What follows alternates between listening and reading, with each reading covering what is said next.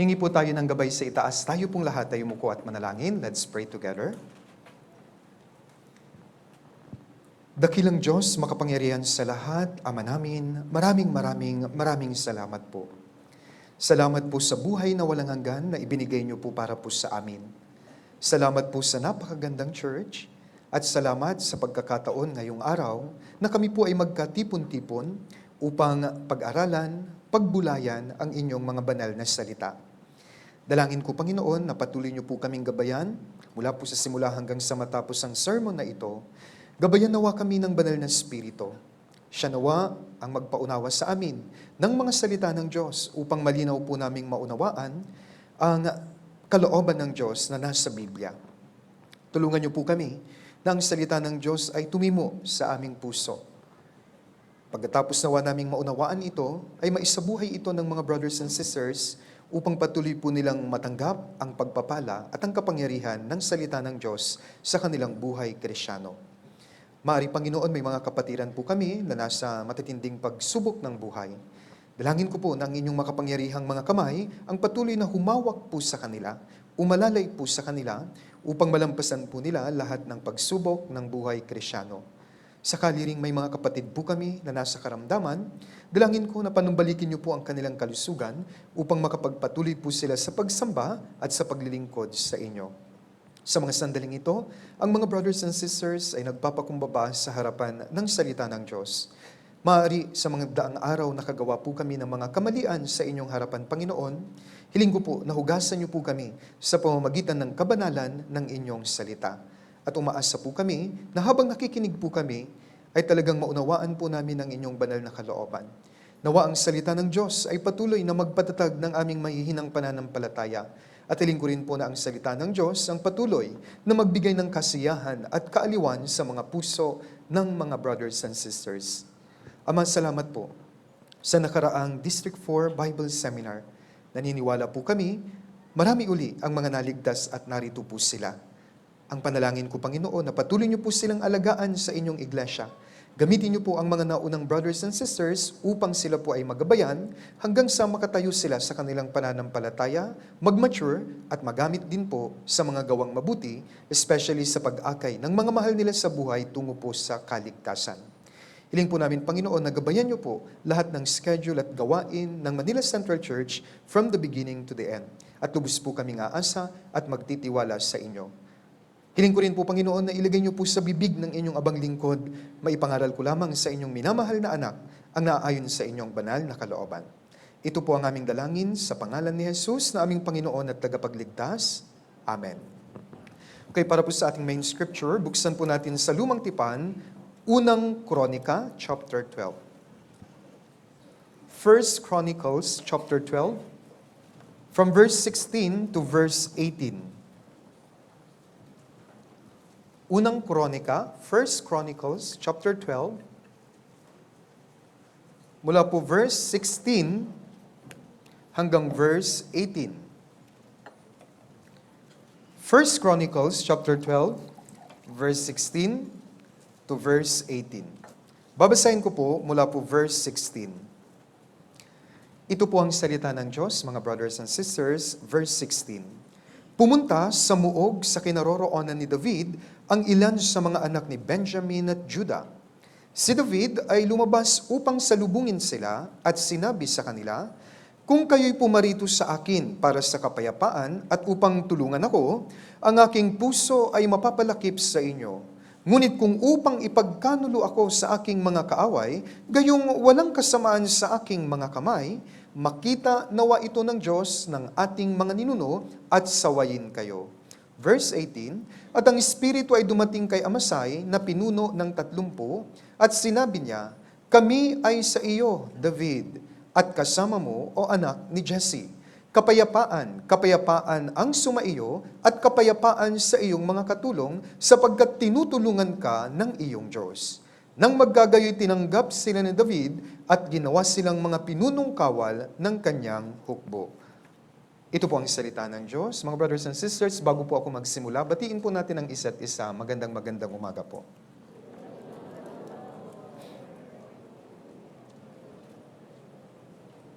Today for our Lord's Day sermon, gusto ko pong ibahagi sa inyo ang sermon na may pamagat na The Confession of Amasai.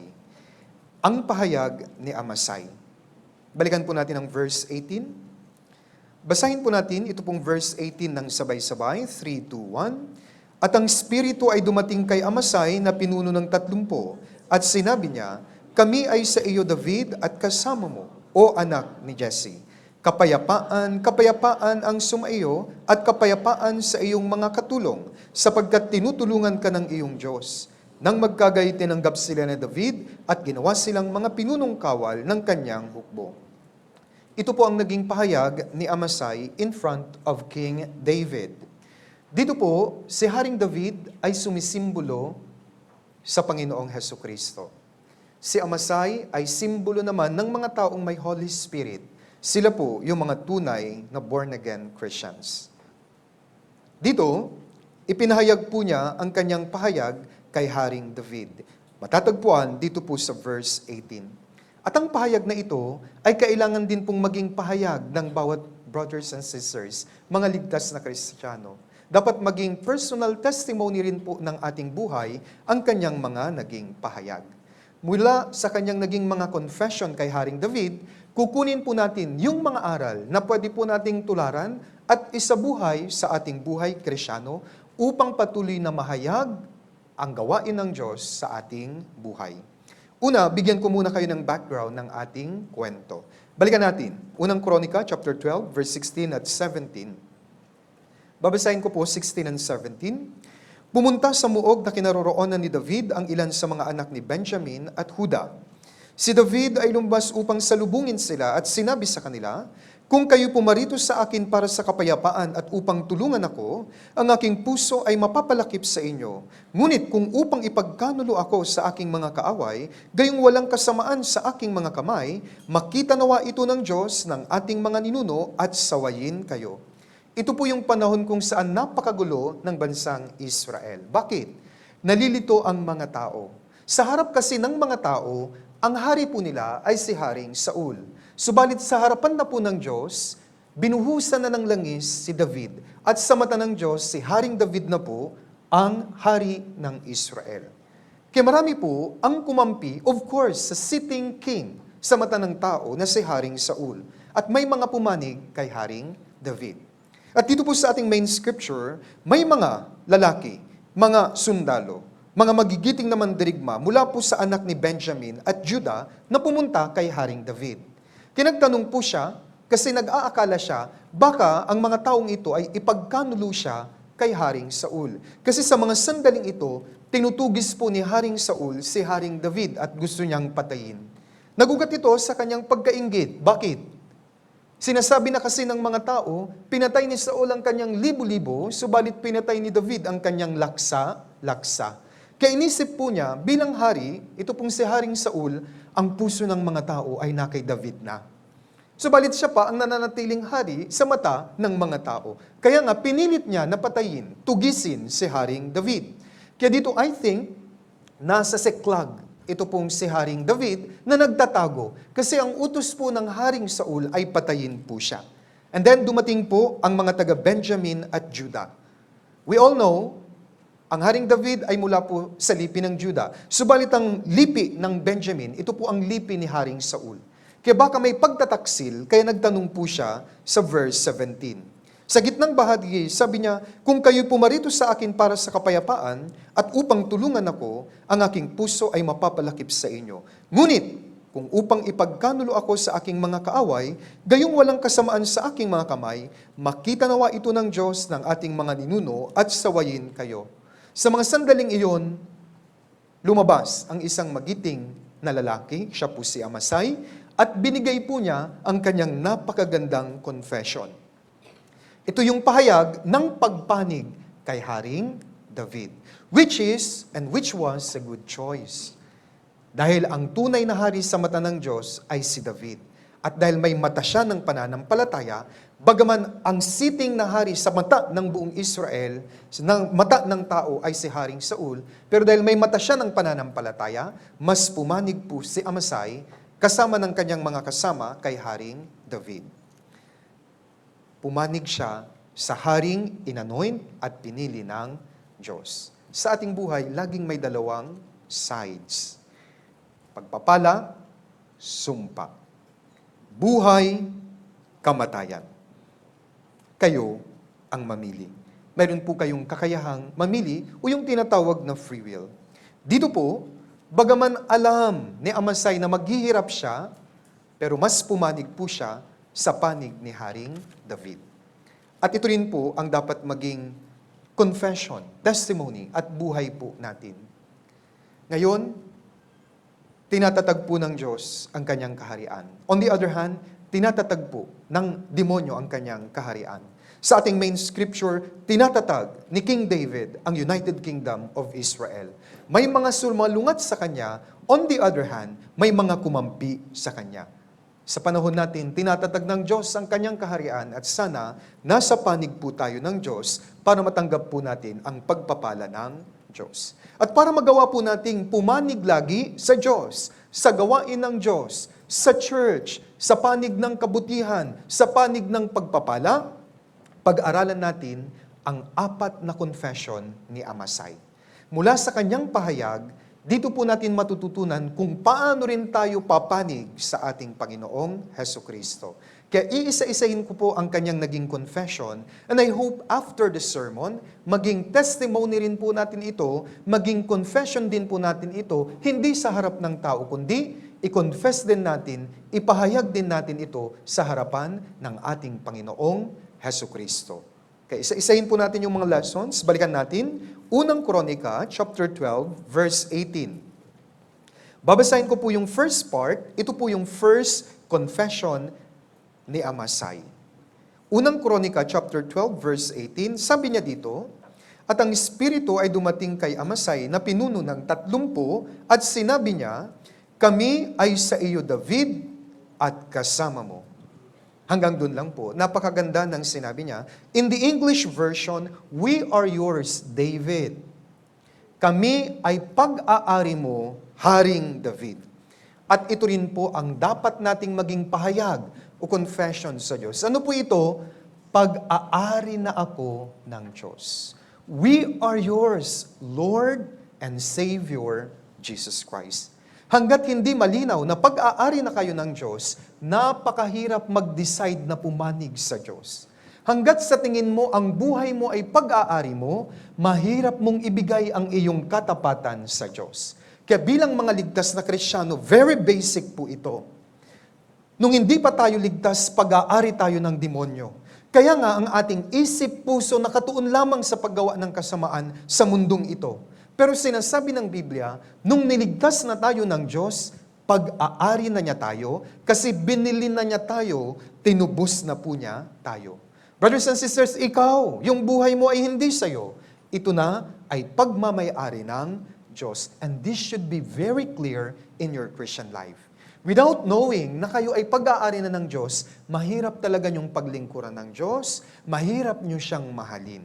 Kailangan malinaw sa bawat born-again Christian na nung naligtas siya, lahat ng karapatan ay pagmamay-ari na ng Diyos sa ating buhay. And that's why we call Him Lord, Panginoon. Kapag sinabi nating Panginoon, Master at nagmamay-ari ng ating buhay. Kailan ba siya naging Master at may-ari ng ating buhay? Nung araw na niligtas niya tayo. Kasi yun din po yung araw na binili niya ang ating katawan, kaluluwa, at espiritu. Lagyan niyo po ng bookmark ang 1 Chronicles chapter 12. Punta tayo sa bagong tipan. Unang Korinto, chapter 6, verse 19 and 20. 1 Corinthians, chapter 6, verse 19 and verse 20.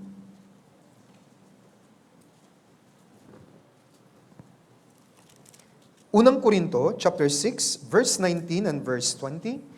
Basahin po natin, mga brothers and sisters, 19 at 20, sabay-sabay, 3, 2, 1. O hindi ba ninyo nalalaman na ang inyong katawan ay templo ng Espiritu Santo na nasa inyo, na tinanggap ninyo mula sa Diyos, at kayo hindi sa inyong sarili?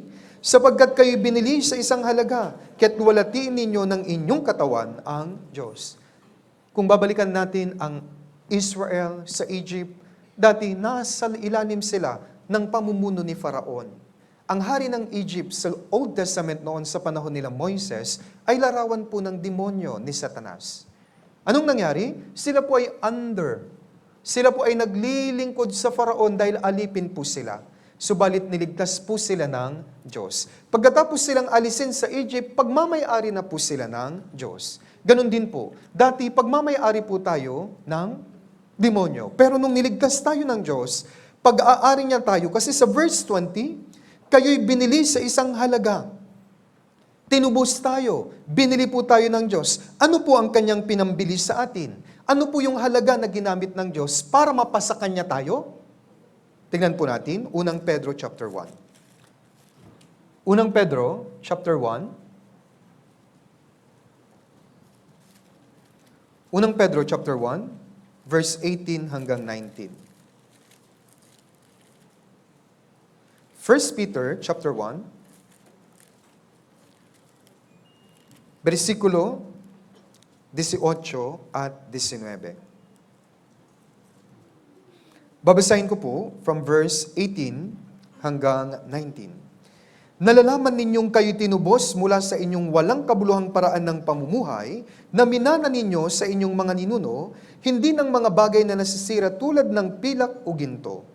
Verse 19, basahin po natin sabay-sabay. 3, 2, 1. Kundi ng mahalagang dugo ni Kristo, gaya ng sa korderong walang kapintasan at walang dungis. Tinubos na tayo sa pamamagitan ng dugo ng Panginoong Heso Kristo. Sa krus na yon, pinahayag niya, tapos na. It is finished. Bayad na ang ating mga kasalanan. As a result, binili na niya tayo. Tinubos na niya tayo. At dapat maging klaro ito sa bawat born-again Christian. Hinding-hindi nyo paglilingkuran ng Diyos, hinding-hindi kayo makakaside sa Diyos, mahirap mahalin ng Diyos kung hanggang ngayon, ikaw pa rin ang hari ng iyong buhay. Kailangan ng maging hari, ang maging master, ang Panginoong Hesus, simply because tinubos na niya tayo, binilin na niya tayo, ang pagmamay-ari ay nasa Kanya. Bakit nahihirapan kayong magsimba minsan? Because ikaw pa rin ang hari ng iyong puso, ng iyong buhay. Bakit hindi nyo magawang mapaglingkuran ng Diyos minsan? Kasi minsan, nangunguna pa rin ang ating sarili. Ang ating sarili pa rin ang nagmamay-ari, o ikaw pa rin ang nagmamay-ari ng iyong buhay. Pero iba ang sinasabi ng Biblia. Kailangan po, malaman natin, ligtas na tayo, binili na tayo ng Diyos, pag-aari na tayo ng Diyos. Bakit? Ang term dito, total surrender. Kung alam mong pag-aari ka ng Diyos, Panginoon, magagawa mo ang lahat sa aking buhay. At kapag ganoon, makakakilos ang Diyos sa inyong buhay, Kristyano. Bakit minsan parang isip natin, parang hindi kumikilos ang Diyos sa akin?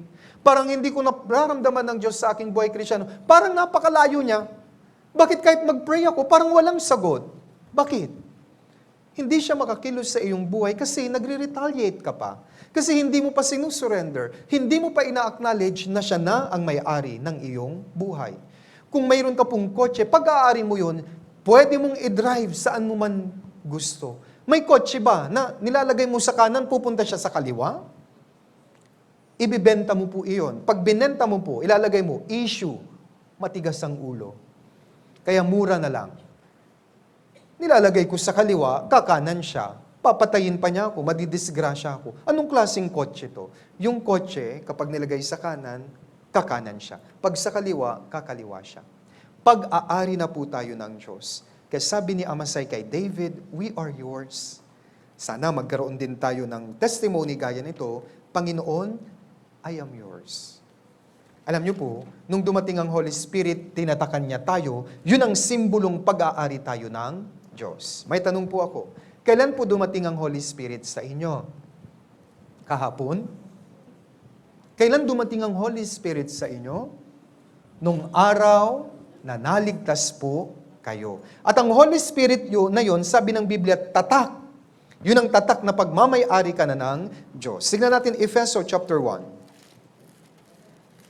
Ephesians chapter 1, verse 13.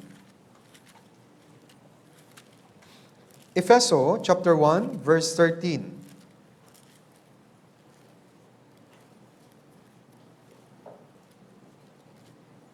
1:13 sa Efeso. Babasahin ko po. Sa Kanya'y kayo rin naman na nakarinig ng salita ng katotohanan, ang ebanghelyo ng inyong kaligtasan, at kayo na sumampalataya sa Kanya ay tinatakan ng ipinangakong Espiritu Santo. Nung narinig nyo ang katotohanan tungkol sa kaligtasan, nanampalataya kayo sa ebanghelyo, dumating ang Holy Spirit and you were sealed. Kayo ay tinatakan na. Anong ibig sabihin? Pag-aari na kayo ng Diyos. Lumaki po ako sa probinsya. Yung baka, para malaman kung sino ang nagmamayari, tinatatakan po yan. Mainit, dun sa balat niya, tatatakan. Ibig sabihin, may may-ari nun. At yung tatak na yun, yun ang simbolo, hawak-hawak nung may-ari. May dokumento po siya. Ganon din po sa atin, nung tayo ay niligtas ng Diyos, pag-aari na po niya tayo. Siya na po, dapat ang master ng ating buhay. Nung naligtas kayo, dumating ang Holy Spirit. Pero ito po yung nangyayari minsan. Depende po sa faith po ninyo. Sa una, ina-acknowledge nyo lang na ang Diyos ang tagapagligtas nyo. Pero ano po yung pinagpipray ko, na habang tumatagal, mag-mature kayo, at hindi lang si Jesus Christ ay tagapagligtas nyo. Siya rin po ang Master o Lord ng inyong buhay. Sabi natin, Panginoon, Panginoon. Anong sabi ng Panginoon sa mga Israelita noon? Sinasabi nyo, Panginoon, Panginoon, pero di nyo naman ginagawa ang sinasabi ko. Ang pagmamahal nyo sa akin ay bibig lamang. Kaya dapat, kung siya po ay tagapagligtas, sana dumating yung araw na matanggap natin sa ating sarili na pag-aari na po niya tayo. Siya rin po yung master ng ating buhay. It takes time. Ang kwento pong ito ay nasa Song of Solomon. Tignan po natin. Awit ng mga awit sa Tagalog. Song of Solomon.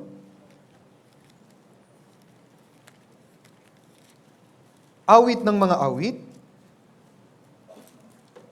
Chapter 2, verse 16.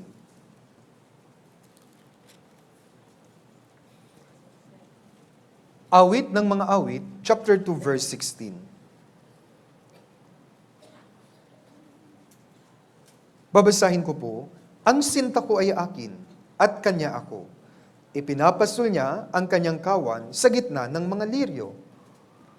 Ang Diyos ay tagapagligtas ko. Salamat sa Diyos. Naligtas tayo, ang Diyos ay akin. Pero habang tumatagal kayo, dapat masabi rin nyo, at Kanya ako. Ako ay pag-aari na ng Diyos. Kaya dito po, sa Song of Solomon, nung una, ang pinaka-outstanding sa kanyang patutuo, ang sinta ko ay akin. Pero nag-progress po ito. Tingnan natin, Song of Solomon chapter 7, verse 10. Sa pagtagal, dapat magbago. Song of Solomon chapter 7, verse 10. Basahin po natin, verse 10, chapter 7, verse 10, sabay-sabay. 3, 2, 1. Ako'y sa aking minamahal, at ang kanyang pagnanasa ay para sa akin. Kaya, dati, sa akin ka. Pero ngayon, ako'y iyo. Ganun talaga ang nagmamahalan. Kaya dapat sa ating buhay Kristiyano, ngayon, I know, alam niyong lahat, ang Diyos ang tagapagligtas natin. Masaya tayo. Kakatapos ng District 4 Bible Seminar, nakita rin ko rin po sa counseling ang saya ng mga nakatanggap ng kaligtasan. Pero dapat, hindi lang natin itrato ang Panginoon na tagapagligtas natin. Dapat, siya na rin po ang nagmamayari ng ating buhay. Kaya napakagandang pakinggan, Lord and Savior Jesus Christ. Dapat magkasama po ito. Hindi lang po Savior, kundi siya na rin ang Lord, Panginoon, nagmamayari ng ating buhay. Kapag ganito, yes po, susunod na lamang tayo. Pag Lord's Day sermon, pupunta tayo. Bakit minsan nangingit na ka pa? Pupunta ba ako or hindi? Sapagkat minsan, bagaman dumating na ang Holy Spirit sa inyong puso, hindi nyo pa siya pinapaupo sa trono ng inyong puso. Kayo pa rin ang nakaupo, kaya ikaw pa rin ang nasusunod sa iyong buhay. Brothers and sisters, kung gusto nyong makakilos ang Diyos, magbago ang buhay nyo, at maraming pagpapala ang matanggap nyo, the Lord should be the Lord of your life. Kasi alam niya lahat. Let Him be. Siya dapat ang nagmamayari at kumukumpas sa mga ginagawa ng ating buhay. Hanggat kayo ang nakaupo sa trono ng inyong puso, mahirap makasunod sa Diyos. Mahirap pumanig sa Kanya. At on the other hand, hindi makakakilos ang Diyos sa inyong buhay, Kristyano. Kanino ba nakakakilos ang Diyos? Sa mga brothers and sisters na talagang ina-acknowledge nila na ang Diyos ang may-ari ng lahat-lahat sa kanila. At sila lamang po ay alipin na sumusunod sa kalooban ng kanilang Panginoon. As a result, dahil walang masamang balak ang Diyos sa ating buhay Kristyano, napapaganda at nabibless ng Diyos ang kanilang buhay. Just like Amasai, anong sabi niya kay Haring David? We are yours, King David. Ganon din po sana ang masabi natin sa Diyos, Panginoon, ang aking katawan ay pagmamay-ari nyo. And that's why I will serve you using my body. Ang aking kaluluwa at espiritu ay pag-aari mo, Panginoon. Salamat, hindi na ako mapupunta sa impyerno, sa langit na ako mapupunta. Kaya hayaan mong pasalamatan kita sa buong buhay ko. Sana magamit ko ang natitira kong buhay na paglingkuran ka at ibalik ang pagmamahal na binigay mo sa akin. Why? Because I am yours. Pag-aari mo ako, Panginoon. Sino po ang nagmamay-ari sa inyo? Mahalagang tanong. Where you belong? Where do you belong? GMA? Problema yun. Saan kayo nabibilang? Kanino kayo? Sino ang nagmamay-ari sa inyo? Sana masagot ito ng konsensya nyo. Ngayon, Pastor, tiyak, ang Diyos ang nagmamay-ari ng aking buhay. Kaya dapat ang maging testimony natin, hindi lang Savior si Jesus Christ sa ating buhay, kundi siya rin ang ating Master. Siya rin ang ating Panginoon. Tingnan natin Luke chapter 2. Luke chapter 2. Lucas chapter 2, verse 11. Luke chapter 2, verse 11. Nung pinanganak ang Panginoong Hesus, ito ang testimony sa Kanya.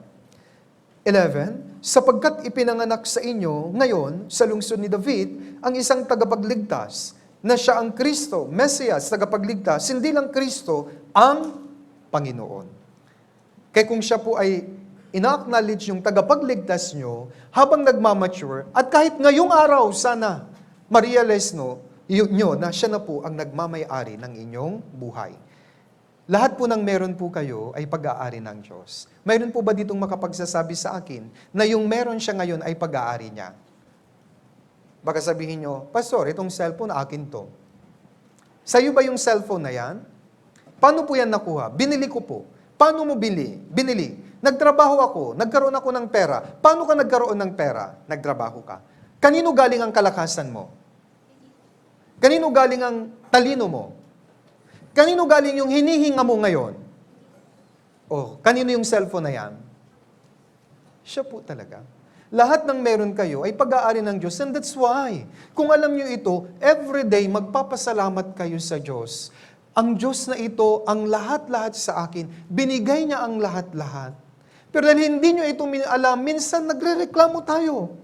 May gusto tayo na hindi pa binibigay ng Diyos, yun ang tinitignan nyo. Nagre-reklamo kayo. Hindi po, sapat-sapat na ang binigay ng Diyos sa inyo. The fact that you are saved, yun na po ang pinakamahalaga. Kasi nung na-save ka, pag-aari ka na niya, anak ka na po ng Diyos. Kaya dapat malinaw po sa inyo, where do you belong? Saan kayo nabibilang? Kanino kayo pag-aari? Pag-aari ako ng asawa ko? Hindi ho. Pag-aari po tayong lahat ng Diyos. Lahat ng meron po tayo ay pag-aari ng Diyos. Your health, your wisdom, even your money, your life, body, soul, and spirit. Lahat nito ay pag-aari ng Diyos. Hanggat hindi ito klaro sa inyo, napakahirap paglingkuran at mahalin ng Diyos. Kaya para makapaglingkod tayo, para mapabuti ang ating Christian life, tularan natin si Amasai. Isipin niyo po, si Amasai maaari ay from the tribes of Benjamin. Yun ang tribe ni Saul, pero mas pinili niya si David. Why? Alam niya, kasama ng Diyos si David. Kaya sabi niya kay David, pag-aari mo kami. Ikaw na ang bahala sa amin. Ganon din po tayo. Hindi tayo pag-aari ni Taning. Tinubos na tayo ng Diyos. Niligtas na niya tayo. Dapat malinaw po ito. Ulit-ulitin ko, ang nagmamay-ari sa iyo ay walang iba kundi ang Diyos. Kaya madali na lang nating sabihin, Panginoon ko, Diyos ko. Tama po ba? Tama po ba? Parang hindi Hindi, pastor, ako pa rin to eh. Pag ganun, mark my word, di nakikilos ang Diyos sa iyong buhay. Do not expect anything anymore. Kung ikaw pa rin ang hari ng iyong buhay. Bakit? Kung siya na yung hari, makakakilos na po siya. Ang tawag ko dito, faith. Para maintindihan, pag malaki na yung faith mo, yes, madali na lang po. Pero kung mas malaki yung fear mo, mahirap magkaroon ng testimony kagaya nito. Parang bata. Di ba? Pinapainom mo siya ng gamot. Para yun sa kanya, tama? Pero dahil malaki yung fear niya, nire-resist niya. Tama? Mali? Ayaw! Makikipagbuno ka pa. Kasi mas malaki pa yung fear niya, kaya ayaw niyang tanggapin yung binibigay na gamot ni Mami. Pero kung lumaki na yung faith o yung trust niya, papayag na po yan. Kapag naintindihan na niya, ay, para sa akin pala ito. Kaya, iinumin na niya yun kung may experience na siya na yung binibigay ni Mami sa kanya ay para sa ikabubuti niya. Minsan, pag baby Christian kayo ganito, malaki pa, ito pala yung faith mo, mas malaki yung fear. Pero, ano po yung prayer ko? Sana mag-iba. Sana lumiit na lang yung fear at lumaki na yung faith. Pag malaki na yung faith, masasabi mo po, really, I am yours, God. Bakit ngayon nahirapan ka pang ibigay yung buhay sa Diyos? Maliit pa yung faith mo. As a result, nagtatrust ka pa sa sarili mo. Or, yung iba, malaki pa yung fear nila. Ang dami nilang alalahanin sa buhay. Pag linggo, uunahin ko pa ba yan? Kailangan kong kumita. Uunahin ko pa ba yung pumunta sa Manila Central Church? Bakit nahirapan kayo? Because your fear is bigger doon sa faith. Huwag po tayong mamaliha. Marami, akala nila, pag may faith ako, wala nang fear. No, mayroon pa ring fear. Kaya dapat, mas mapagtagumpayan nyo, dapat lumiit po yung fear na yan. And I hope, habang tumatagal kayo sa Central Church, yan. And then, lumaki na po yung ating faith. Kapag malaki na yung faith, hindi na natin siya i-resist. Mas madaling maintindihan sa bata na makikipagbuno ka pa doon po sa gamot. Kaya, dahil takot pa siya, mas malaki yung fear niya, kaya ayaw niyang inumin. Pero kapag naranasan niya yun, matamis naman pala, kala ko mapait. Then, madali na lang. Mga nanay, tama mali? Nagre-resist siya kasi malaki pa yung fear niya. Wala pang parang pagtitiwala kay Mami kasi isip niya baka mapait. Pero pag napainom na natin at gumanda yung pakiramdam niya, madali na pong ipainom. Tama? Kasi sa Christian life, mahalaga, lumalaki yung faith natin. Nag-grow yung faith natin. Okay? Pag nag-grow na yung faith, we can surrender everything to God. Bakit di nyo masurrender lahat? Minsan nahirapan tayong mag-tithes because laki pa ng fear mo sa buhay mo. Yan pa. Sayang, hindi pa ako makapag-tithes. Yan pa yung fear. Hindi kayo makapunta sa church kasi ang dami nyo pang alalahanin, my fear. Brothers and sisters, pag-aari tayo ng Diyos. Siya ang bahala sa atin. Mark my word, walang napasama ang buhay nung inuna niya ang Diyos, nung nagtuon siya sa kanyang pananampalataya sa Diyos. So, paano gagawin, Pastor? Pag mas malaki pa yung fear niya, pagtiyagaan natin. Yung bata, minsan, kailangan lang utuin. Kaya mo yan? O, ito na. Sabay, alika, kuya. Kayong dalawa. Nainom niya. Masarap pala.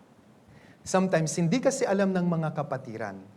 Kaya nahirapan silang mag-decide. I hope through this sermon, mas naintindihan nyo. Pag lumalaki ang faith at lumiliit ang fear, mas madali na nating isurrender at sabihin sa Diyos, pag-aari mo ko, Panginoon, ikaw na ang bahala sa lahat-lahat sa akin. Bakit?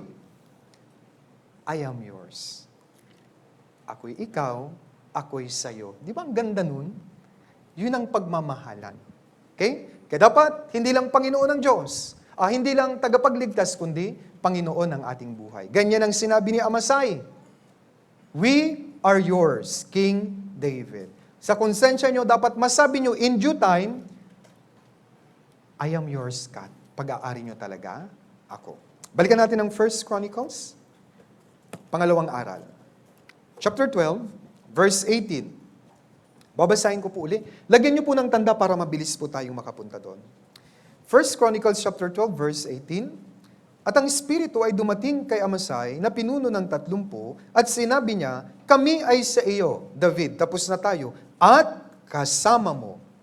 Mas gusto ko po yung side or verse sa English. Sa English po, babasahin ko, we are yours, O David, we are on your side. Dapat ganun din po ang ating testimony or pahayag, confession. Dapat masabi natin sa Diyos, Panginoon, nasa panig mo po kami. Ang aming pakikipag-alyansa ay sa iyo. Yan ang pangalawang testimony or confession ni Amasai. Brothers and sisters, dapat ganito rin po ang maging confession natin. Jesus Christ, we are on your side. Anong ibig sabihin nito? Simple lang. Wherever you go, I will follow you. Through happiness and sorrow, sasama ako sa iyo. Minsan kasi, gusto lang nating sumama sa Diyos pag maganda ang lahat. Pero pag pangit na po yung kondisyon, ayaw na nating sumama sa Kanya. Brothers and sisters, gaya po ni Amasai, alam niya kung papanig siya kay King David, tutugisin sila ng maraming kaaway. At nangyari po ito, nahirapan po sila. There was a time na pati yung mga anak nila ay nabihag ng kalaban.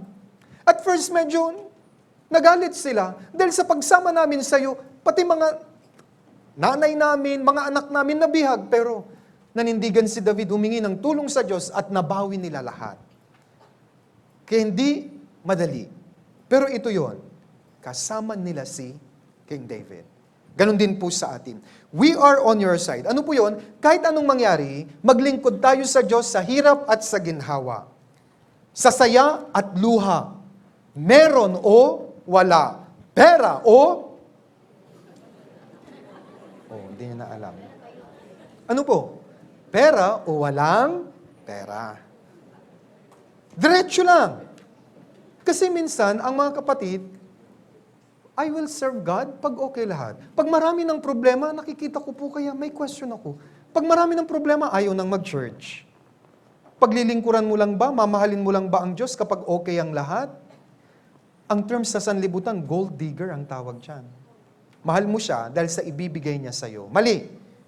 Kahit walang-wala, mahalin natin siya. Actually, binigay naman niya lahat. Kaya pag sinabi natin, we are on your side, whatever happens, hanggang kamatayan, papanig tayo sa Diyos. Kahit usigin tayo ng sanlibutan, kahit pagalitan tayo ng mga tao sa labas, mga mahal natin sa buhay na hindi saved, maninindigan tayo, we are yours, King David. We are yours, our Lord Jesus Christ. We are on your side.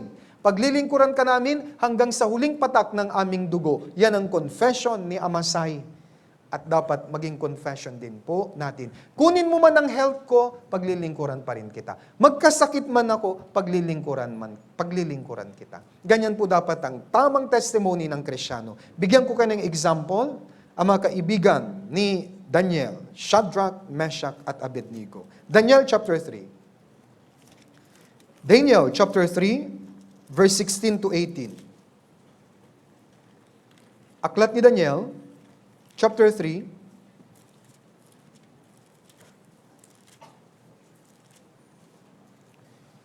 verse 16, 17, and 18. Bigyan ko po kayo ng background bago ko po basahin. Nagpagawa si Haring Nebukadnezar ng ribultong ginto at nagutos siya na lahat ay kailangang sumamba yumuko sa ribultong ginto or else ang parusa sa pag-uudyok ng mga inggit kila Daniel, Shadrach, Meshach, at Abednego, may mga nainggit sa kanila, kaya naipasa ang isang kautusan na dapat sumamba ang lahat sa ribultong ginto. Pero nanindigan ang magkakaibigan sa tunay na Diyos ng Israel, kahit itapon sila sa hurno ng apoy. Ganito ang kanilang paglilingkod sa Diyos hanggang kamatayan. Daniel chapter 3 verse 16 hanggang 18. Basahin po natin sabay-sabay. 3, 2, 1. Sina Shadrach, Meshach, at Abednego ay sumagot sa hari, O Nebukadnezar, hindi namin kailangang sagutin ka sa bagay na ito. Kung mangyayari na ang aming Diyos na pinaglilingkuran namin ay makapagliligtas sa amin sa hurno ng nagniningas na apoy, ay hayaang iligtas siya kami sa iyong kamay, O hari. Ngunit kung sakali mang hindi, dapat mong malaman, O Hari, na hindi kami maglilingkod sa iyong mga Diyos, ni sasamba man sa ribultong ginto na iyong ipinatayo. As a result, ayaw talaga nila. Nagalit po si Haring Nebukadnezar sa verse 19. Kaya iniutos niya, itapon sila sa hurno na nagbabagang apoy. Namatay ba yung tatlo? Hindi ho. Pagtingin ni Haring Nebukadnezar, di ba tatlo yung pinatapon ko? Bakit may isa pa? Bakit apat sila? Sino yung kasama nila sa apoy?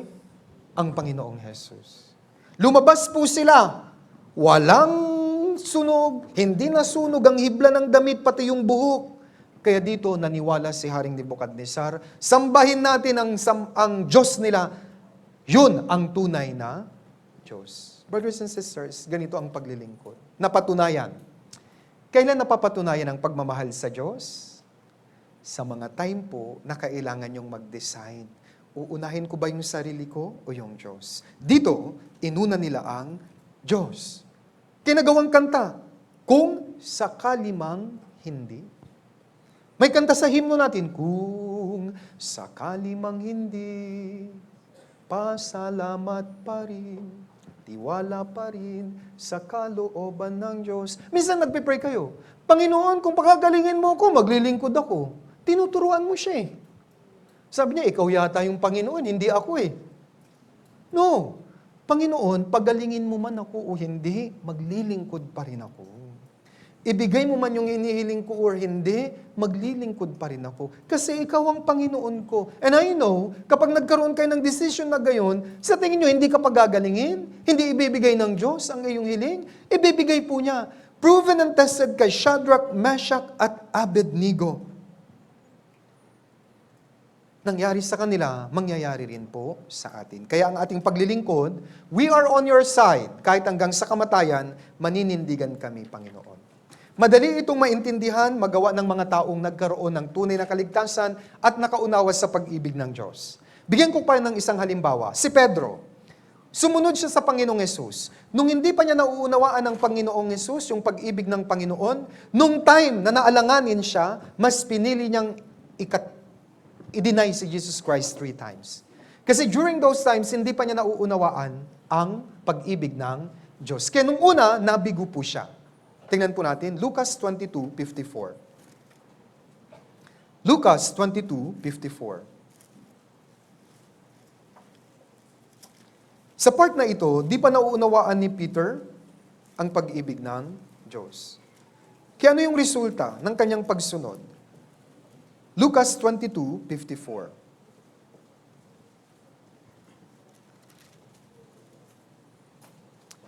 At kanilang dinakip siya. Dinakip po nila ang Panginoong Hesus, inilayo at dinala sa bahay ng pinakapunong pari.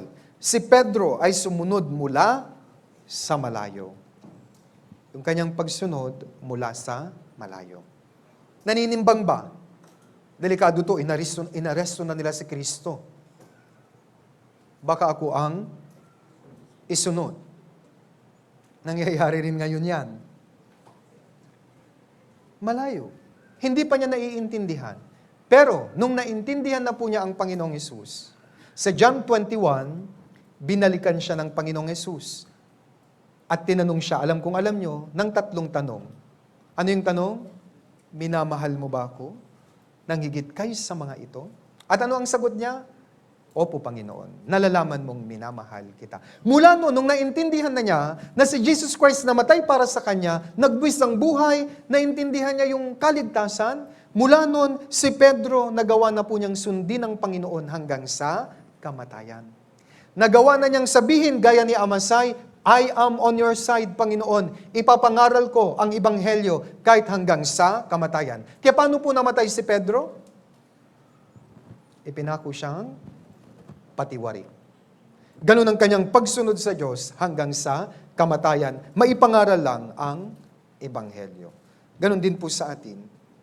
Ang ating paglilingkod sa Diyos, kapag sinabi nating, nasa panig mo kami, we are on your side, hindi lang po sa magandang time, kundi kahit hirap na tayo, at kahit hanggang sa kamatayan, dapat nasa panig tayo ng Diyos. Si Job, napakaganda ng testimony niya. Wala siyang kapintasan, sabi sa aklat ng Job. Ginagawa niya ang lahat, pero hinayaan ng Diyos na magkaroon ng pagsubok. Pero nawindang ba si Job? Ito po ang kanyang testimony. Ang testimony niya, kahit hanggang sa kamatayan, maglilingkuran ko yung Diyos. Tingnan natin, Job 13 verse 15.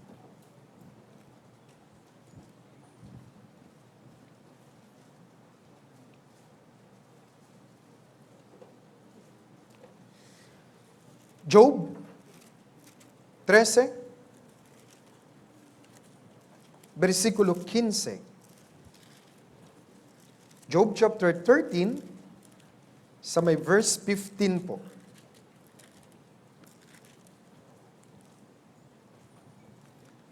Basahin po natin sabay-sabay, 3, 2, 1. Bagaman ako'y patayin niya, ako'y aasa pa rin sa kanya. Gayon may ipagtatanggol ko ang aking mga lakad sa harapan niya. Yung first part, bagaman ako'y patayin niya, ako'y aasa pa rin sa kanya. Bigyan ko po kayo ng background. Sino si Job? Tapat po siya. However, inalis ng Diyos lahat sa kanyang negosyo. Sa isang araw namatay lahat ng kanyang anak, 10. Pagkatapos doon, nagkaroon siya ng bukol mula puyo ng ulo hanggang talampakan. May nakaranas ba ng ganun sa inyo? Wala, pastor. Walang bukol. Butlig lang. Sabay butlig lang, ayaw mo nang mag-church. Si Job, nawala lahat. Si Job, literal, nung nawala sa kanya, nagkasakit pa, iniwasan pa siya ng kanyang mga kaibigan at mga kalapit. Pinandirian po siya. Pero sabi niya, kahit patayin niya ako, kahit bagaman patayin niya ako, ako'y aasa pa rin sa kanya. Wow, ang ganda ng pananampalataya. Ganun ang pagiging nasa side ng Diyos. Ito ang testimony na we are on your side. Ganun ang sinabi ni Amasai. Bakit? Alam niya, nung nakipag-alyansa na siya kay David, paghihirap na ito kasi ang nakaupo pa na hari ay si Haring Saul. Sa hirap at ginhawa, nasa side mo kami, David. Hindi niya iniwanan si David. Kaya ano po ang ibig sabihin ng Amasai? Ang ibig sabihin ng kanyang pangalan ay burden bearer. Pinasan niya ang kanyang pasan. At ganun din sa pagsunod kay Jesus Christ. Di ba sinabi niya, kung ang sino man ay gustong sumunod sa akin, tanggihan niya ang kanyang sarili, pasanin niya ang kanyang krus at sumunod sa akin araw-araw. Mabigat po ba yung krus ninyo? Sige lang. Doon sa dulo, yung krus na yan, papalitan niya ng Diyos ng ginto. Di mas maganda, mas bumibigat. Tama? Halimbawa, bag mo. Sabi ng Diyos, sumunod ka sa akin, pero bibigat ng bibigat yung bag. Kaya, nakasunod ka 1 taon, mabigat na. 2 taon, bumibigat pa. Reklamo ka, sabay pagbukas mo, ang daming ginto. Ganun po yun, yung reward na ibibigay ng Diyos sa atin. Okay? Kaya, sunod lang tayo. Kailangan pasanin ng krus. Mahirap man ito, umiiyak man tayo, hindi man tayo maintindihan ng mga tao, dapat magkaroon kayo ng confession. We are on your side, Panginoon. Susunod kami sa iyo. Tingnan natin Mateo chapter 16. Mateo chapter 16, verse 24 at 25.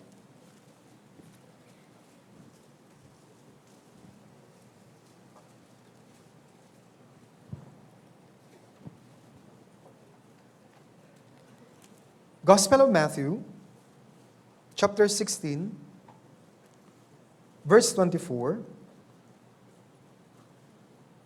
and 25. Basahin po natin sabay-sabay. 24 at 25, 3, 2, 1. Pagkatapos ay sinabi ni Jesus sa kanyang mga alagad, kung ang sino man ay ibig sumunod sa akin, tanggihan niya ang kanyang sarili at pasanin ang kanyang krus at sumunod sa akin. Sapagkat ang sino mang nagnanais magligtas ng kanyang buhay ay mawawalan nito, ngunit ang sino mang mawalan ng kanyang buhay dahil sa akin ay makakatagpo nito. Yes po. Brothers and sisters, dapat nasa side tayo ng Diyos. Ulitin ko, ang ibig sabihin nito, anumang mangyari, paglilingkuran natin siya, saya, lungkot, hirap at ginhawa. Pag nagbibigay po ng vow ang mag-asawa sa kasal, di ba kasama po ito? In sickness and in health. Till death, do us part. Wala pong magtitake ng vow na in sickness or in health. Till death, ikaw na lang. Till death, do us part. Because they love one another. Brothers and sisters, gaano nyo po kamahal ang Diyos? Napag-isipan nyo po ba ito? Gaano po kamahal? Hanggang kailan kayo susunod sa Kanya? Sana, gaya po ni Amasai, alam niya kahit pwede siyang mamatay. Kasi sumama na siya kay David at napakalakas pa ni Saul. Ang armed forces ng Israel noon nakay Saul pa. Pero bakit pumanig siya kay David? Kasi alam niya ang Diyos ay kumikilos kay David. My dear brothers and sisters, pasanin natin ang krus. Paglingkuran natin ang Diyos. Kahit bumibigat yung krus ninyo, huwag kayong magreklamo. Kasi sa dulo, papalitan yan ng Diyos. Mamaya ipapakita ko po. Pinromote at ginawa po na leader ni David si Amasai. May gantimpala. In any case, dito po sa ating main scripture, we must be on the side of our Lord and Savior, Jesus Christ. Paano yun, Pastor? Pag may Bible seminar, sumama kayo. Tama? Kung may fellowship, sumaid kayo sa side ng Diyos. Huwag sa sarili nyo. Kahit minsan may sakit tayo, sumasama tayo. Pag Wednesday sermon, sumama tayo. Kung may mga gawain ng Diyos gaya ng retreat, sumama tayo. Ganun ang pag-side sa Diyos. Kung para sa kaluluwa, pagliligtas ng kaluluwa, sumama tayo. Ganun ang pag-side sa Diyos. Para may magamit tayo sa pagliligtas ng mga kaluluwa, we have to bear each another's burden. Pag nangangaral, maraming kailangang pera para maipangaral. Alam kong alam nyo, nagsusundo tayo, nagpapakain tayo ng mga tao. And that's why we have to give our tithes and offering. Yun ang pagpanig sa Diyos. Kahit sabihin nyo, mahal ko ang Diyos, pero hindi ka nakapagbibigay man lamang ng tithes and offering mo, wala sa gawa. Bunganga lang. Ang gusto ng Diyos sa salita at sa gawa. Kasi sabi niya sa mga Israelite, sinasabi niyo, Panginoon, Panginoon, pero hindi niyo naman ginagawa ang sinasabi ko, sapagkat ang puso niyo ay napakalayo pa sa akin. Tanong ko, may malapit na ba ang puso niyo sa Diyos? Kung malapit po ang puso niyo sa Diyos, sa side po ng Diyos kayo talaga, lagi kakampi. Kung may retreat, pagbawalan ka man, sa side ako ng Diyos. Malinaw po ba? Parang hindi uli. Malinaw? Kanino tayong side? Diyos o sa demonyo? Diyos o sa sanlibutan? Diyos o sa pamilya mo? Humihina. Diyos o sa asawa mo? Diyos o sarili mo? I hope ganito yung testimony natin at pahayag. Nagsabi po kayo, pero yung konsensya nyo ang haharap sa Diyos. Nakatingin po ang Diyos ngayon. Sa Diyos, sabi nila. Sa Diyos daw. Kaya, nakatingin po siya sa inyo. Kaya, anyway, kung hindi pa sa panig ng Diyos ang prayer ko, lumaki ang faith nyo para madali nang pumanig sa Diyos. Pag nasa panig kayo ng Diyos, walang tatalo sa atin. Hindi tayo mapapahamak. Balikan po natin ang pangatlo, Unang Kronika, chapter 12. Unang Kronika, chapter 12, verse 18. Ito po yung pangatlo. Unang Kronika, chapter 12, verse 18. Babasahin ko po uli. 12, versikulo 18. At ang Espiritu ay dumating kay Amasai na pinuno ng 30 at sinabi niya, kami ay iyo, tapos na po ito. David, at kasama mo, tapos na rin po ito. O anak ni Jesse, kapayapaan, kapayapaan ang sumaiyo at kapayapaan sa iyong mga katulong. Ang ganda. Nakita ni Amasai sa pamamagitan ng mata ng pananampalataya, may kapayapaan. 3 times po niya itong sinabi. Kapag nasa panig tayo ng Diyos, at ang Diyos ang master ng ating buhay, matutupad lahat ng 3 kapayapaan sa inyong buhay. There will be peace, peace, peace, wonderful peace. Ano po ang unang kapayapaan na napasa atin? Kuha natin ang tunay na kapayapaan sa puso natin nung tayo po ay naligtas. Tingnan natin Colossus 1:20. Colossians chapter 1 verse 20. Colossus 1:20.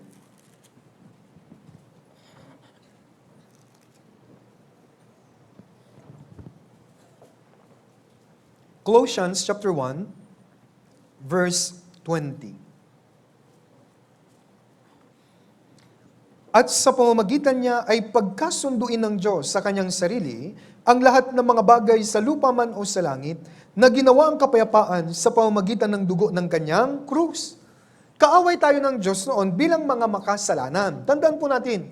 Pero para makipagkasundo tayo sa Diyos, ang Panginoong Hesus, sinugo ng Diyos, ang anak ng Diyos, namatay sa krus, bayad na ang ating mga kasalanan sa pamamagitan ng kanyang dugo, kaya kakampi na natin ang Diyos. Hindi na natin kaaway. Mula sa pagiging hukom, ang Diyos naging tatay na po natin.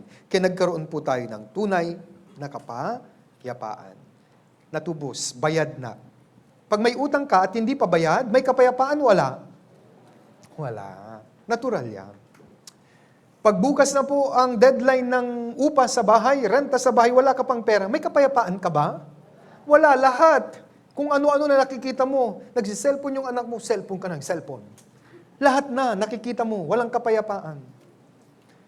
Pagbasok mo sa CR, mali, marumi, lahat na. Bakit? Walang kapayapaan kasi wala pang pambayad. Pero halimbawa yung bahay nyo, binili ko at iyon na, binigyan kita ng titulo, resibo. May kapayapaan na ba? Wala pa. Meron na kasi hindi ka na magbabayad, iyon na. Brothers and sisters, ang utang nating kasalanan, bayad na ng dugo ng Diyos, kaya may tunay na po tayong kapayapaan. Anong ibig sabihin? Wala na pong paghuhukom sa atin. Hindi na kayo haharap sa Great White Throne Judgment. Ano yun? Yun po yung paghuhukom sa mga walang kaligtasan. Ligtas na tayo. Hindi na tayo huhukuman ng Diyos. Hindi na kayo itatapon sa impyerno. Sa langit na tayo. Eto lang, may tunay ng kapayapaan. Tama? Yes, because simply, saved na po tayo. And then sa Christian life, marami pong problema. Gaya po ni Amasai. Sasama ako kay David. Ang kapalit nito, maraming problema. Pero ano po yung pinanghawakan niya? Walang problema kasi kasama ko mismo ang haring pinili ng Diyos. At ang haring ito, kumikilos ang Diyos sa kanya. Kaya kung ako'y papanig sa kanya, walang makakatalo sa amin. That's true. Tumaas ng tumaas si David, bumaba ng bumaba si Saul. At natupad, naging King of Israel, United Kingdom, si Haring David. Yes po. Sa Christian life, maraming problema. Don't worry, kasama natin ang Diyos. Ang Diyos ang kakampi natin. Tingnan natin. Roma chapter 8 verse 31. Roma 8:31. Romans chapter 8 verse 31. Anong sabi ni Pablo dito? Babasahin ko. Ang ganda. Ano nga ang ating sasabihin sa mga bagay na ito? Kung ang Diyos ay kakampi natin, sino ang laban sa atin? Ang ganda. This time, tignan po natin, verse 37 to 39. Basahin natin sabay-sabay. 37 to 39, 3, 2, 1. Ngunit sa lahat ng mga bagay na ito, tayo higit pa sa mga nagtatagumpay sa pamamagitan niya na sa atin ay umiibig. Sapagkat ako'y naniniwalang lubos na kahit ang kamatayan man, ni ang buhay, ni ang mga anghel, ni ang mga pinuno, ni ang mga bagay sa kasalukuyan, ni ang mga bagay na darating, ni ang mga kapangyarihan, ni ang kataasan, ni ang kalaliman, ni ang alin pa mang nilalang, ay hindi makapaghihiwalay sa atin sa pag-ibig ng Diyos na nakay Kristo Jesus na Panginoon natin. Kaya anumang mangyari sa ating buhay may kapayapaan simply because kasama natin ang Diyos, Emmanuel God, God is with us. Para maintindihan, nung binabayo ng malalakas na hangin ang bangka, ang mga alagad nag-alala. Tama? Anong ginawa ni Jesus Christ? Sinaway niya yung hangin at naging payapa. Tayo po ay naglalakbay sa sanlibutan. Yung dagat ay sanlibutan. Pero ang mahalaga, may kapayapaan kasi kasama natin sa bangka. Sino? Si Jesus Christ. At kung nag-aalburuto, may kapangyarihan po siyang sawayin. Tumigil ka. Kasi sa Christian life, magtiwala lamang tayo sa Kanya. Mayroon tayong tunay na kapayapaan. Pastor, bakit ako walang kapayapaan? Kasi yung pagtitiwala mo, yung sinabi ko sa iyo, mas malaki pa yung fear mo sa faith. Nirebuke po sila nung una ni Jesus Christ. Wala ba kayong pananampalataya? Bakit kayo natakot? Ako ito. Kasama niyo ko. Naintindihan? Kasama natin ang Diyos. Sa church na ito, kumikilos ang Diyos. Kaya may kapayapaan po tayo. Minsan may mga bagay na hindi natin maintindihan sa ating Christian life. Yung iba sa inyo nagkakasakit, nahihirapan, halos umiyak na. Magtiwala lang. Bakit? Tunay na makikapayapaan. Kasi yung pag-ibig ng Diyos, walang makapaghihiwalay nun sa atin. Kahit anong bagay, kahit kamatayan daw, sa langit tayo mapupunta. At ano pa? Para patuloy yung kapayapaan, mahalaga, lagi nating naririnig ang salita ng Diyos. Bakit kayo nandito? Because through the words of God, natatanggap uli natin yung kapanatagan ng ating puso. Kaya sa Christian life, mahalaga ang words of God. Tingnan natin Psalm 119, Awit 119, verse 165. Awit 119, verse 165.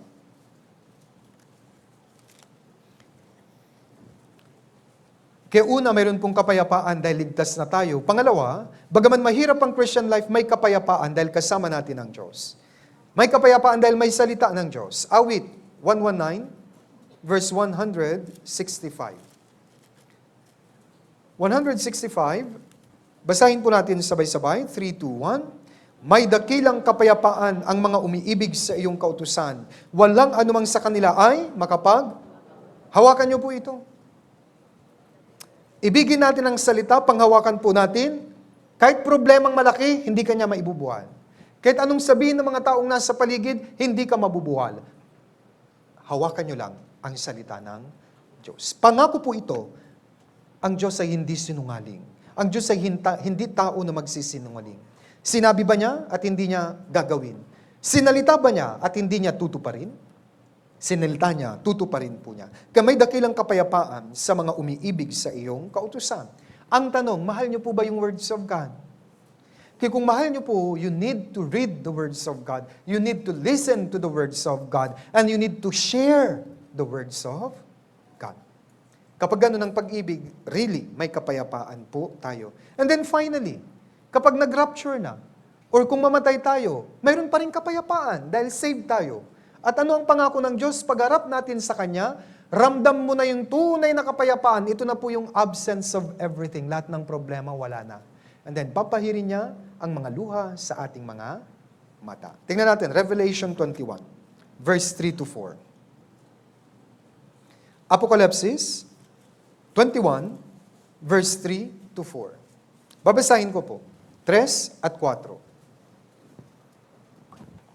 At narinig ko ang isang malakas na tinig na mula sa trono na nagsasabi, masdan ninyo ang tabernakulo ng Diyos ay nasa mga tao, siya'y maninirahan kasama nila, at siya'y magiging bayan nila, ang Diyos mismo ay makakasama nila, at siya'y magiging Diyos nila. Verse 4, kayo po ang bumasa, 3, 2, 1.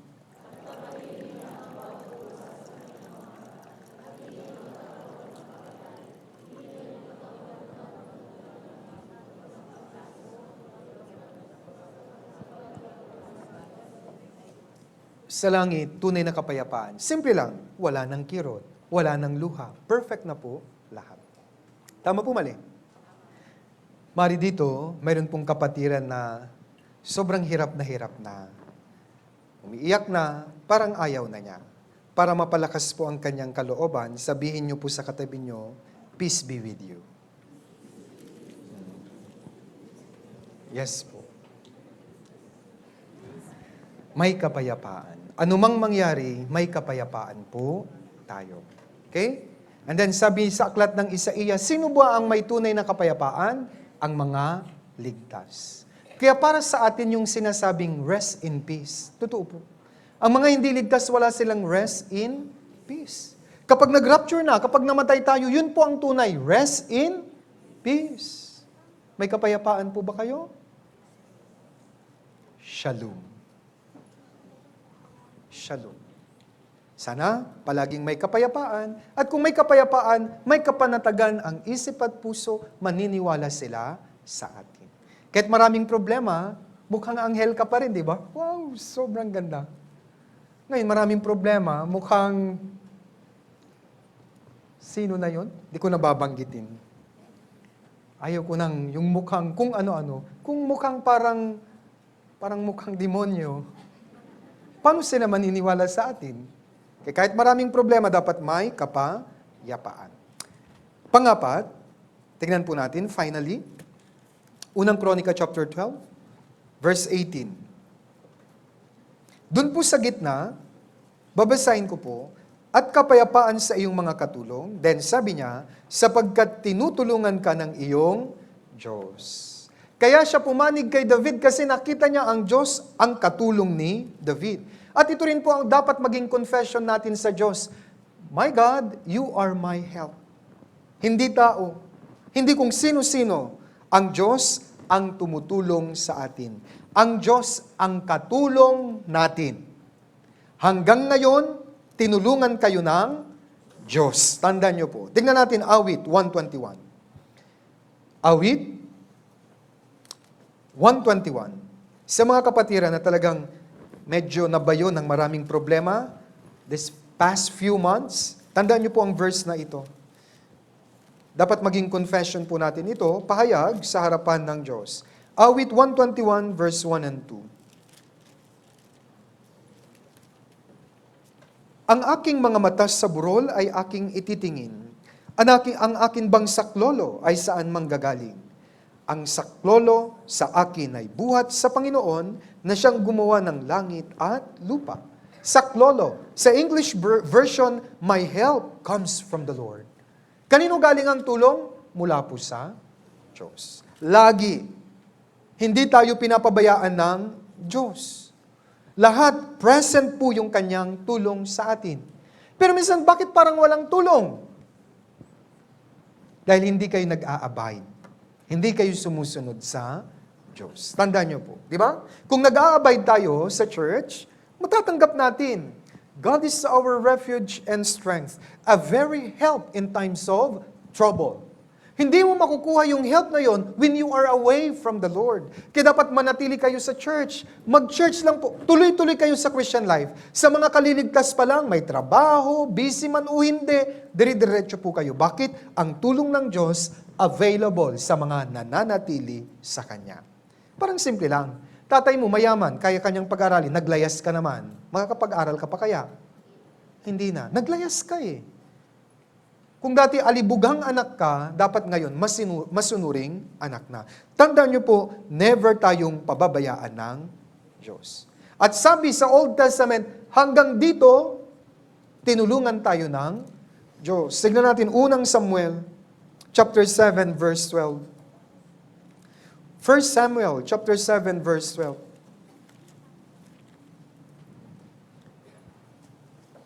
Nangalahati na po tayo, June na. Pero tandaan nyo, hanggang ngayon, hanggang dito, may tulong pa rin ng Diyos. Never niya tayong pinabayaan. Unang Samuel, chapter 7, verse 12. Tandaan nyo po ang salitang Ebenezer. Verse 12, sabay-sabay po. 3, 2, 1. Nang magkagayoy kumuha si Samuel ng isang bato at inilagay sa pagitan ng Mispa at ng San. Tinawag ang pangalan nito na Ebenezer, sapagkat sinasabi niya, hanggang dito'y tinulungan tayo ng Panginoon. Kaya nga nakakaupo pa kayo dyan. Kaya malusog, nakakangiti, nakakapakinig ng salita ng Diyos, kasi hanggang dito, tinulungan tayo ng Diyos. Hindi lang hanggang dito, magpasawalang hanggan, tutulungan ka ng Diyos. Yan ang nakita ni Amasai kay David. Tinutulungan ka ng Diyos, kaya papanig ako sa iyo. Bakit nasa church tayo? Because nasa church ang tulong ng Diyos. If you will not abide in the church, paano nyo matatanggap ang tulong ng Diyos sa inyo? Kaya my dear brothers and sisters, mag-abide lang po kayo at mararanasan nyo po yung verse na ito until now, hanggang ngayon, Ebenezer, tinulungan tayo ng Diyos. Kaya tingnan nyo naman ang mga mukha ninyo. Bakas na bakas ang tulong ng Diyos. Yes po. Hanggang ngayon, di ka pinabayaan ng Diyos. Mayroon po ba dito feeling niya, napabayaan na siya? Kala mo lang yun. Kala mo lang yun. Ang katotohanan, never tayong pinapabayaan ng Diyos. Kasi nangako siya. Ano yung napakagandang panghawakan natin sa tulong ng Diyos? Sa bagong tipan. Hebrews chapter 13. Tingnan po natin. Hebrews chapter 13.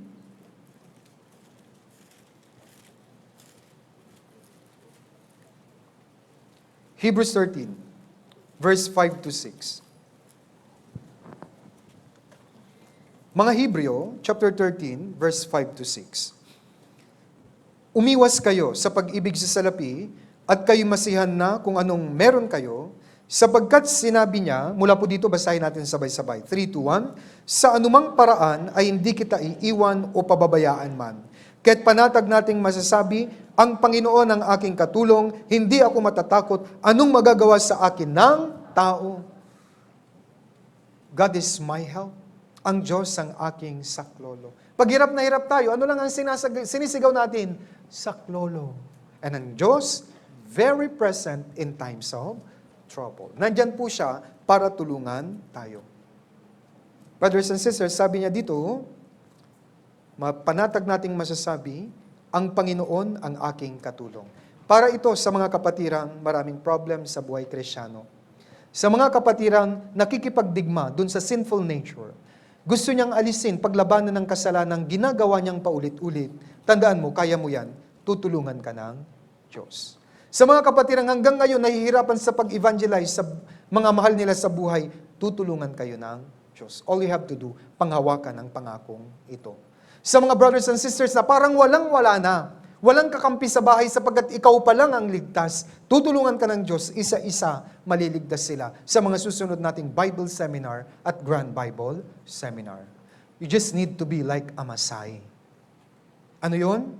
Panginoon niya at Diyos niya ang Diyos. Ano pa? We are on your side. Ano pa? Talagang nagtiwala siya sa Diyos. And then dito, talaga, na-acknowledge niya na ang tulong ay galing lamang sa Diyos. Kanino po nanggagaling ang tulong sa inyo? Lahat po ay galing sa Diyos. Hindi, Pastor, tinulungan ako ng brother, ginamit siya ng Diyos para tulungan ka. Yes po. Kaya ginagamit ng Diyos ang lahat para sa ikabubuti ng mga nagmamahal sa Kanya. Sino pinagmamahal sa Kanya? Mga brothers and sisters na naligtas. Yan po yung pang-apat na testimony ni Amasai. Katulong mo ang Diyos, David, kaya sasama ako sa iyo. As a result, ito po yung gantimpalang binigay sa kanya ni Haring David. Balikan natin, panghuli, Unang Kronika chapter 12, verse 18. Unang Kronika chapter 12, verse 18. Basahin natin sa panghuling time. Basahin natin ng sabay-sabay itong verse 18. 3, 2, 1. At ang Espiritu ay dumating kay Amasai na pinuno ng 30. At sinabi niya, kami ay sa iyo, David, at kasama mo, o anak ni Jesse. Kapayapaan, kapayapaan ang sumayo, at kapayapaan sa iyong mga katulong, sapagkat tinutulungan ka ng iyong Diyos. Nang magkagay tinanggap sila na David, at ginawa silang mga pinunong kawal ng kanyang hukbo. Yun po yung reward, naging pinunong kawal sila, Amasai.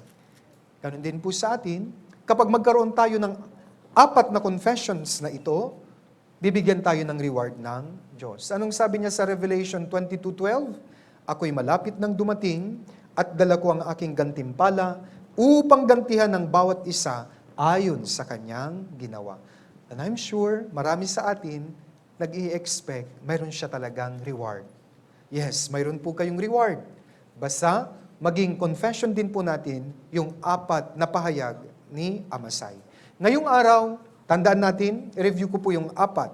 Yung 4 na yun na confession ni Amasai na dapat maging confession natin sa Diyos at maisabuhay natin. Masabi dapat natin, Panginoong Yesus, ako ay iyo, you are my Lord, and you are my Savior. Pangalawa, we are on your side. Panginoon, paglilingkuran ka namin sa hirap o sa ginhawa, sa buhay man o sa kamatayan, hanggang sa dulo ng walang hanggan. Number 3, may kapayapaan. May kapayapaan pagkasama natin ng Diyos. Pag nasa panig tayo ng Diyos. At pang-4, ikaw, Panginoon, ikaw lamang ang aking katulong. Ebenezer, hanggang dito, tinulungan tayo ng Diyos. Ito po ang mga naging confession ni Amasai. As a result, may gantimpala siya. Very basic po ito. Madali po itong isabuhay. Umaasa po ako na may isa sa buhay po natin ng 4 na confession at ito mismo sana ay maging testimony ng inyong buhay at masaksihan ito ng Diyos at ng mga brothers and sisters. Tayo pong lahat ay yumuko at manalangin. Let's pray together. Dakilang Diyos, makapangyarihan sa lahat, maraming salamat po. Una, dahil po sa salita na aming napakinggan ngayon, galing po sa turo ng banal na Espiritu. Salamat, Panginoon, dahil naaaliw ang aming puso gamit ang iyong mga salita. Salamat dahil unti-unting lumalago ang aming mahihinang pananampalataya. At salamat dahil nag-guide niyo po kami sa dapat naming lakaran sa aming buhay Kristyano. Panginoon, patuloy ko pong dinadalangin lahat po ng mga misyonaryo at ang kanilang pamilya. Palakasin niyo po sila spiritually and physically at nawa maipangaral po nila ang Ebanghelyo dito po sa buong Pilipinas. Dalangin ko rin ang mga pastors, mga evangelists, lahat ng ministers, 10 ng kanilang mga kapamilya, na nawa ingatan niyo po lagi sila sa inyong makapangyarihang kamay, saan man sila naka-assign dito po sa bansang Pilipinas. Umaasa po ako na gagamitin niyo po sila mightily for your glory at tutulungan sila sa kanilang ministry upang mag-guide at maalagaan ang inyong mga iglesia. Dalangin ko rin po ang buong Manila Central Church. Nawa, lumago kaming lahat sabay-sabay sa pananampalataya. Magawa nawa namin kung ano po yung nakakalugod sa inyo. At sana sa taong ito ay mas marami pang tao ang madala namin tungo sa kaligtasan. Dalangin ko rin ang mga newly saved brothers and sisters na palaguin niyo po sila sa pananampalataya. Tulungan niyo po sila lagi, gamitin niyo po ang mga brothers and sisters upang tuloy-tuloy lamang po sila sa church hanggang sa kayo po ay dumating, humarap kami sa inyo at umaasa po kami na kami po ay walang batik, walang anumang kadungisan. Bagkos, malinis at may inaasahang gantimpala sa harap ng Diyos na nagmahal at nagligtas sa amin. Muli Panginoon, maraming salamat po. Ito po ang aming dalangin sa pangalan ni Jesus na aming Panginoon at tagapagligtas. Amen.